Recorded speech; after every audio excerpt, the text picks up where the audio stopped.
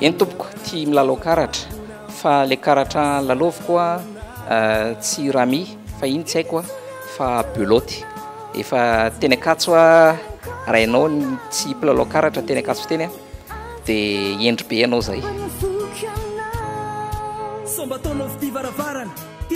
akoatran'ny beloty moa zany dia mazava ho azy a rami a poker bataille koa ngamba raha tsy diso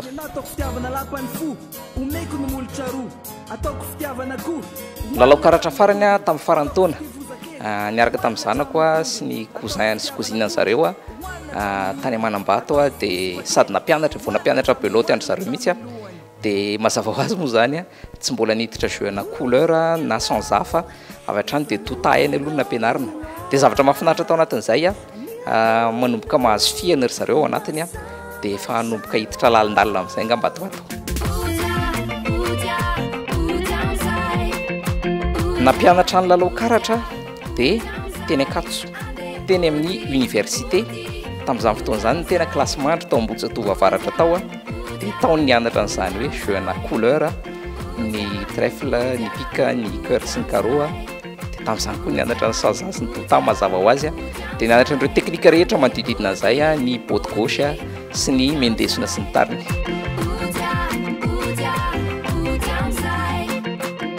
makasika ny karatra sarotra ny amorona satria ohatra milatsaka ny varatra ka na izany na tsy izany ny tena moa avy any Antsianaka fa tsy hoe tavaratra dia mialohan'ny andehanako teto a dia tsy maintsy niaratra fa bogosy sy metimety ny tena satria za dia saika poety fa bebenay ny tsy nety tao anatin'izay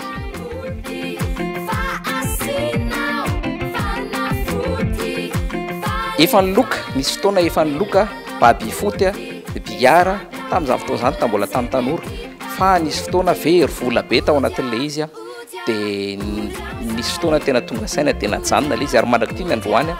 dia tsy tia miloka izany tsony a ary tsy manandrakandrana n'izany loka izany ary manentana izay mijery amin'izao fotoana izao a ialao ny loka fa tsy mahatsara ny fiainana amin'ny akapobeany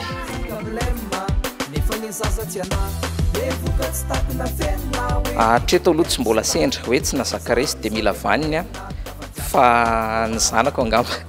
tsy mazaka resy dia mitomany a fa le tena hoe mila vaniny aloha tsy dia tena mbola nisy ny olona tena mpiaraka amin'ny lalao karatra amiko amin'izao a ny amin'izao aloha tsy dia tena hoe misy fa angamba roa na telo taona tao alohan'izao a dia ny mpiara-miasa dia vanim-potoana ohatry ny ahoana tamin'izany fotoana zany a rehefa misy fotoana kely zany any anatin'ny toeram-piasana dia mba milalao karatra kely miaraka amin'ny mpiara-miasa angamba eo eo amin'ny mety hoe mavita manche anankiroa na telo eo zany hoe eo amin'ny atsasakadiny eo ngamba farafabetsany